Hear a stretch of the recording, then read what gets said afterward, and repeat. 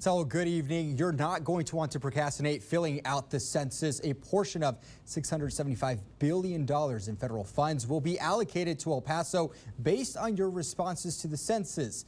If you think responding is not important, then think of this. A 1% undercount could cost Texas $300 million per year in federal funding. Money that will never trickle down to El Paso. How important the census is to fill out.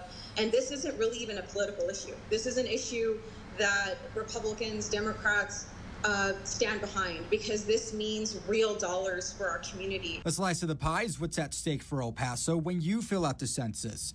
Officials are concerned El Paso might be undercounted and therefore underfunded, as the deadline to collect the census has been cut by a month. We could stand to lose a state representative if we do not show the population needs to have the representation that we currently have. Census collectors are now going door to door to underserved communities to get their responses. However, this effort could not come at a worse time. Not only are they now, kind of tasked with having to hit as many houses as they can, they're doing so at a time when people may be really preoccupied with the fact that we're starting to see students go back into a digital learning form. Texas and El Paso are both lagging in response rates compared to 10 years ago. A decade ago, the state reported 64.4% of responses. Less than 60% of Texans have answered this year. El Paso had a nearly 71% response rate a decade ago. This year, that number is only at 62.5%. Schools, food banks, and hospitals are reliant on population. Even distribution of the COVID-19 vaccine, when it becomes available, could be determined by the census. Right now, we're also talking about hospitals and the equipment that they need. And one day, we're going to be talking about a vaccine. How will it be determined how many vaccines go into a community? It's going to be based on population. Officials want you to know that the 10 minutes you take to fill out the survey will determine the funding your community gets for the next 10 years. We get an opportunity to get this free funding from the federal government just by filling out a 10-minute census goes a long way. And we only have one opportunity every 10 years to do it. To extra perspective now, the 2020 census deadline nears. Now take a look at how El Paso, the state of Texas, and the country all compare to 10 years ago. Take a look at your screen. Nationally speaking, the country is doing better at 63.8% of a response rate. 10 years ago, it was at 61.5% of Americans had responded to the census. Statewide in Texas, the numbers are down. 58.9% of Texans have responded versus the 64.4% we saw 10 years ago. And in El Paso, the difference is even worse. A decade ago, we hit 71%. All of y'all right now have only filled out 63% of responses this year. Now, while these numbers are concerning, there's still time to change that trend. You can fill out the census online for the first time ever. Even if you don't have access to the internet, there's no reason why you don't make sure your family's counted. We believe that they probably have a phone.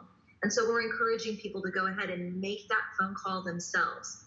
Don't have somebody give you a call and say, hey, give me all of your information, because that's not happening. You would have to call them and then give them that information. That's right. It is up to you to give them that information. That number to call is right there on your screen, 844-330-2020. We've made it easy for you. If you haven't filled out the census, you still have time. But again, do not procrastinate. All the resources that you need are online at kvia.com. Saul. JC, thanks. It counts to be counted. City leaders today joined a lawsuit against the Trump administration on its policy regarding the U.S. Census, who is counted and who the administration wants to exclude. The lawsuit, which includes various municipal governments, in direct response to what the Trump administration policy called for. Quote, excluding illegal aliens from the apportionment base following the 2020 census. The census counts every man, woman, and child living in the U.S., regardless where they come from or if they're in the country legally. In fact, the administration's argument is that states encourage illegal entry. It gives an example of the state with more than 2 million undocumented immigrants, which could, quote, result in the allocation of 2 to 3 more congressional seats that would otherwise be allocated. I think the city's decision to pursue this particular legal action is important because changes to the census, especially after the census is started really can only lead to bad things. And for a community like El Paso, those numbers are important for different reasons. They're important for our state representation in the House of Representatives. It's important for a lot of federal funding. And at a basic level, Saul, we need to know what things like data density are like and what we can gather from trends by looking at the numbers over a 10-year period.